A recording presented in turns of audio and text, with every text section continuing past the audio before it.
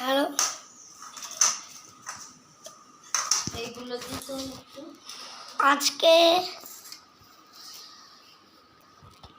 সেপ্টেম্বরের 11 তারিখে 2024 রাধাষ্টমী। রাধাষ্টমীতে মা এসব করেছে। এগুলো এই যে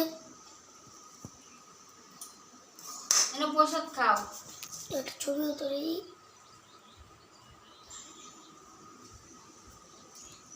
গোল আলু ভেজেছি। রাধাকে সাজানো হয়েছে। ওই করেছে ও। কি সুন্দর। আবার একটু খেজুর লজেন্স। তুই খাবি?